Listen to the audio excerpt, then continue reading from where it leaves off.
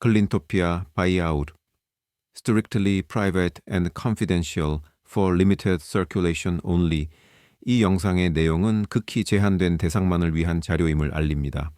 저희가 가장 먼저 발견한 위험 신호는 바로 재무제표에 있었습니다.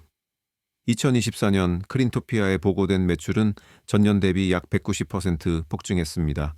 경이로운 성장이죠. 하지만 이상하게도 같은 기간 영업이익률은 오히려 12.4%에서 11.1%로 하락했습니다. 이건 전형적인 비영업적 요인에 의한 성장 신호입니다. 진짜 건강한 성장은 규모의 경제 효과로 이익률이 유지되거나 개선되기 마련이거든요. 원인은 간단했습니다. 매도자 주도해 매출 인식 기준이 변경된 겁니다. 과거에는 대리인 방식으로 고객이 낸 돈에서 가맹점 몫을 뺀, 즉 본사가 실제로 버는 수수료만 매출로 잡았습니다. 그런데 이걸 본인 방식으로 바꿔서 고객이 지불한 금액 전체를 본사 매출로 잡아버린 거죠. 단 한 명의 고객도 단 하나의 세탁물도 늘지 않았는데 장부상 매출이 3배 가까이 급증한 것입니다. 그래서 이 회계적 착시를 모두 걷어내고 노멀라이즈드 EBITDA를 계산했습니다. 마지막 클린했던 재무제표인 2023년 EBITDA 약 219억 원을 기준으로 시장 성장률을 감안한 관대한 유기적 성장률 15에서 20%를 적용했죠. 그 결과 저희가 산출한 클린토피아의 실질적인 2024년 EBITDA는 보고된 471억 원이 아닌 약 260억 원이었습니다. 여기서 더 중요한 질문을 던져야 합니다. 왜 정교한 금융 전문가인 매도자는 매각 직전에 이런 투명한 회계적 기법을 사용했을까요? 이건 단순히 숫자를 예쁘게 포장하는 윈도우 드레싱을 넘어선 매도자 스스로가 이 회사의 장기적인 전망을 믿지 않는다는 강력한 신호였습니다. 진짜 성장 스토리에 자신이 있었다면 이럴 필요가 없었겠죠. 그들은 이 회사의 구조적 문제가 수면 위로 떠오르기 전에 부풀려진 재무제표를 이용해 최대한 높은 가격으로 빨리 빠져나가려 했던 겁니다. 이 순간 저희와 매도자 사이의 신뢰는 근본적으로 흔들리기 시작했습니다. 재무적 착시보다 더 심각한 문제는 사업 모델의 핵심에 있었습니다. 클린토피아의 가장 큰 자산인 3,000개의 가맹점 네트워크, 바로 그 자산이 회사의 발목을 잡는 가장 큰 부채가 되고 있었습니다.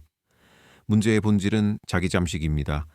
회사가 미래 성장을 위해 온라인 O2O 사업을 강화하면 할수록 그 매출은 지역 가맹점의 주머니에서 나오는 제로섬 게임이 됩니다. 본사와 파트너가 서로의 이익을 두고 싸워야 하는 구조적 모순이죠. 이 갈등은 단순한 분쟁을 넘어 소송, 브랜드 이미지 훼손, 그리고 결국 네트워크 붕괴로 이어질 수 있는 시한폭탄과 같습니다. 이 구조적 문제가 현실에서 어떻게 나타나는지 보여주는 결정적 증거가 있습니다. 바로 월간 활성 이용자 수 AMU 데이터입니다. 클린토피아는 3,200개가 넘는 압도적인 오프라인 거점을 가졌음에도 앱 MAU는 약 4만 5천 명에 불과합니다. 수도권 일부에서만 서비스하는 런드리고와 비슷한 수준이고 세탁 특공대의 절반밖에 되지 않죠. 이 숫자가 의미하는 바는 충격적입니다. 그들의 막강한 물리적 해자, 그 수많은 오프라인 고객들이 디지털로 전혀 전환되지 않고 있다는 명백한 증거입니다. 클린토피아의 문제는 고객이 부족한 것이 아니라 고객과의 디지털 관계 구축에 처참하게 실패했다는 겁니다. 더 깊이 들어가 보면 이 네트워크는 혁신의 발목을 잡는 앵커 역할을 하고 있습니다. 런드리고 같은 경쟁사들이 24시간 내 배송을 약속할 때 클린토피아는 수거 배달의 3에서 4일이 걸립니다. 왜일까요? 본사지사 가맹점으로 이어지는 복잡한 레거시 구조 때문입니다. 경쟁사들은 중앙 스마트 팩토리에서 소비자에게 직접 가는 효율적인 모델을 구축했지만 클린토피아는 자신의 가장 큰 자산이었던 가맹점 네트워크 때문에 그런 혁신을 할 수가 없는 겁니다. 과거의 성공 공식에 스스로 갇혀버린 전형적인 혁신가의 딜레마입니다. 자, 이제 이 모든 재무적, 운영적 리스크를 가격으로 환산해 보겠습니다. 저희는 채널 갈등, 디지털 지체, 재무 투명성 문제 등 수많은 리스크를 감안해 보수적인 EBITDA 배수 10.x에서 13.x를 적용했습니다. 저희가 산출한 정상화된 EBITDA 260억 원의 중간값 배수인 11.5x를 곱하면 크린토피아의 적정 기업 가치는 약 3천억 원이 나옵니다. 관대하게 보아도 2,600억에서 3,400억 원 사이죠. 그런데 매도자가 시장에 제시한 가격은 얼마였을까요? 6천억에서 7천억 원. 거의 2배에 달하는 가격입니다. 이 가격은 급격히 커진 EBITDA 411억 원에 약 12.7x의 배수를 적용한 많은 조정의 결과로 나온 숫자입니다. 단순히 비싸다는 게 문제가 아닙니다. 그 가격으로 인수하는 건 회사의 재무적 족쇄를 채우는 것과 같습니다. 매도자 안대로 6천억 원에 인수하며 3천억 원의 인수금융을 일으킨다고 가정해 봅시다. 보수적으로 이자율 5%만 잡아도 연간 이자 비용만 150억 원입니다. 저희가 계산한 실질적인 현금 창출 능력, 즉 정상화 EBITDA 260억 원에서 이 150억 원을 빼면 뭐가 남을까요?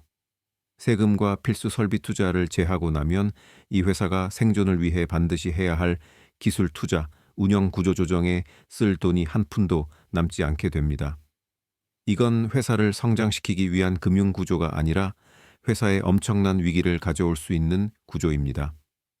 매도 있는 자신의 이익을 극대화하기 위해 인수 후 회사가 어떻게 되든 상관없는 잠재적인 위험을 넘기려 했던 겁니다. 저희는 여기서 멈추지 않았습니다.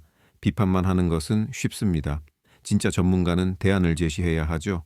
저희는 이 딜을 거절한 것이 아니라 조건부 관심이라는 의견을 냈습니다. 그리고 그 조건의 핵심은 이 회사를 살릴 수 있는 유일한 가치 창출 계획이었습니다. 핵심은 발상의 전환입니다. 가맹점을 경쟁 채널이 아닌 온라인 인프라의 핵심으로 만드는 겁니다. 저희는 가맹점을 마이크로 풀필먼트 센터로 재정의하는 하이브리드 O2O 모델을 제안했습니다. 고객이 앱으로 주문하면 가장 가까운 가맹점으로 주문이 자동 배정됩니다. 가맹점은 라스트 마일 수거와 배송을 담당하고 그 대가로 건당 상당한 수수료를 받습니다. 이렇게 되면 본사와 가맹점의 이해관계가 완벽하게 일치합니다. 가맹점은 더 이상 온라인과 싸우는 게 아니라 온라인 주문이 많아질수록 돈을 더 벌게 되죠. 이 전략은 크린토피아의 가장 큰 약점이었던 레거시 네트워크를 런드리고 같은 순수 온라인 경쟁사들이 절대 따라올 수 없는 막강한 물류 경쟁력으로 탈바꿈시키는 유일한 길입니다. 결론적으로 저희는 두 가지 비타협적인 조건을 제시했습니다. 첫째, 기업 가치는 부풀려진 숫자가 아닌 정상화된 EBITDA에 기반한 3천억에서 4천억 원 범위로 대폭 조정되어야 한다. 둘째, 회계 변경과 가맹점 분쟁의 실체를 파악하기 위한 완전한 실사가 보장되어야 한다. 저희가 5년 뒤 이 회사를 다시 매각한다고 상상해 봅시다. 안정적인 시장 1위 세탁 프랜차이즈입니다. 라는 낡은 스토리는 더 이상 통하지 않을 겁니다. 어떤 현명한 투자자도 30분만 분석하면 그 허점을 알 수 있으니까요. 저희가 만들어야 할 새로운 매각 논리는 이것입니다. 크린토피아는 한국에서 유일하게 세탁시장의 온라인과 오프라인 간극을 성공적으로 메운 기업입니다. 낡은 레거시 네트워크를 현대적인 물류 자산으로 전환시켜 누구도 넘볼 수 없는 경쟁 우위를 구축했고 이를 통해 B2C와 B2B 시장 모두에서 수익성 있는 성장을 달성했습니다.